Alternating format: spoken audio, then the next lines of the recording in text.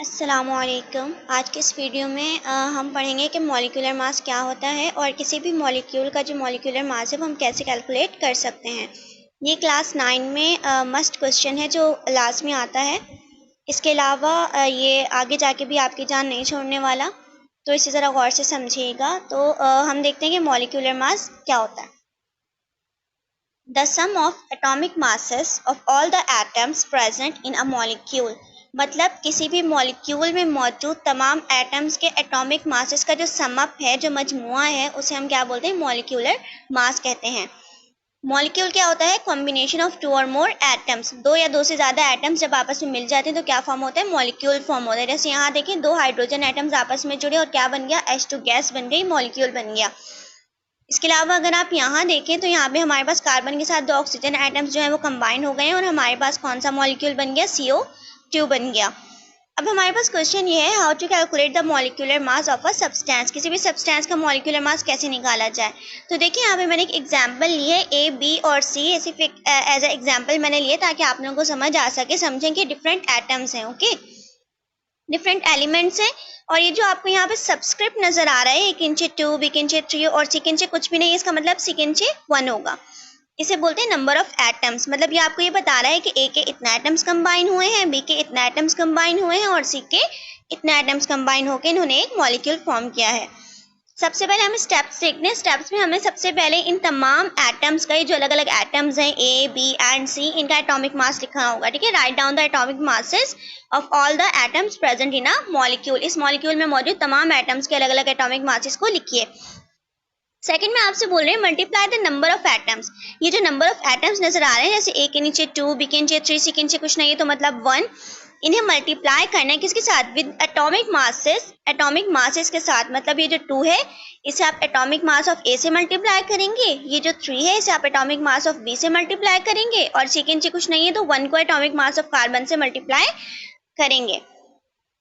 उसके बाद बोले एंड एड ऑल, और तमाम को जमा कर दें।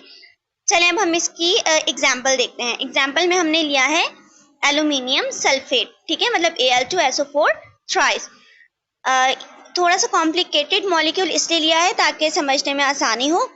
तो एटॉमिक मास ऑफ एल्यूमिनियम, सबसे पहले हमने क्या कहा था? Write down the atomic masses of all the atoms. ठीक है, तो इसमें मौजूद तमाम एटम्स का हम एटॉमिक मास लिखेंगे। यहाँ पे देखिए 3 एटम्स मौजूद हैं, एल्यूमिनियम मौजूद है, सल्फर S मौजूद है, ऑक्सीजन O मौजूद है। तो सबसे पहले हम लिखेंगे atomic mass of aluminium Al, कितना होता है? 27 AMU। ये आप लोगों को याद करना पड़ेगा। AMU stands for atomic mass unit, this is the unit of atomic mass.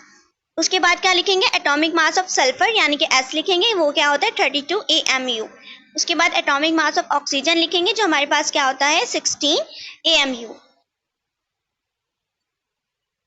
इसके बाद अगर आप लोग देखें तो यहाँ पे मैंने लिखा molecular mass of Al2SO4 thrice. अब हम इसका एटॉमिक मास निकाल रहे हैं। अब देखो Al के साथ कितना लिखा हुआ है? 2, है ना, नंबर ऑफ एटम। तो नंबर ऑफ एटम को हमने बाहर लिखा और इसे मल्टीप्लाई किससे करना है? एल्यूमिनियम के एटॉमिक मास से। तो हमने ब्रैकेट में लिख दिया एटॉमिक मास ऑफ एल्यूमिनियम। अब इन दोनों के बीच में कोई साइन इसलिए नहीं लगाया क्योंकि ऐसे कोई भी 2 नंबर जिनके बीच में कोई साइन ना हो वो आपस में मल्टीप्लाई होते हैं, इसलिए मैंने इसे ब्रैकेट में लिख दिया।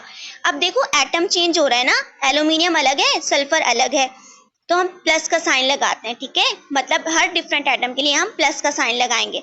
अब ये जो सल्फर है, सल्फर के पास तो देखो कुछ भी नहीं है, मतलब 1 हुआ, लेकिन ब्रैकेट के बाहर से अगर आप नजर दौड़ाएं तो यहाँ पे 3 लिखा हुआ है ना, तो इस 3 को इस 1 से मल्टीप्लाई करेंगे तो 3 1 3। तो सल्फर के कितने एटम्स हो गए? 3 into atomic mass of sulphur.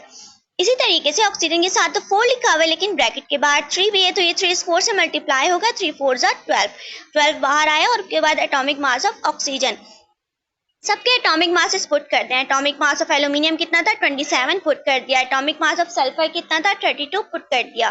फिर एटॉमिक मास ऑफ ऑक्सीजन कितना था? 16 हमने पुट कर दिया। 27 को 2 से मल्टीप्लाई करवाएंगे, 54 आएगा। 32 को 3 से मल्टीप्लाई करवाएंगे, 96 आएगा। 12 को 16 से मल्टीप्लाई करेंगे तो क्या आएगा? 192।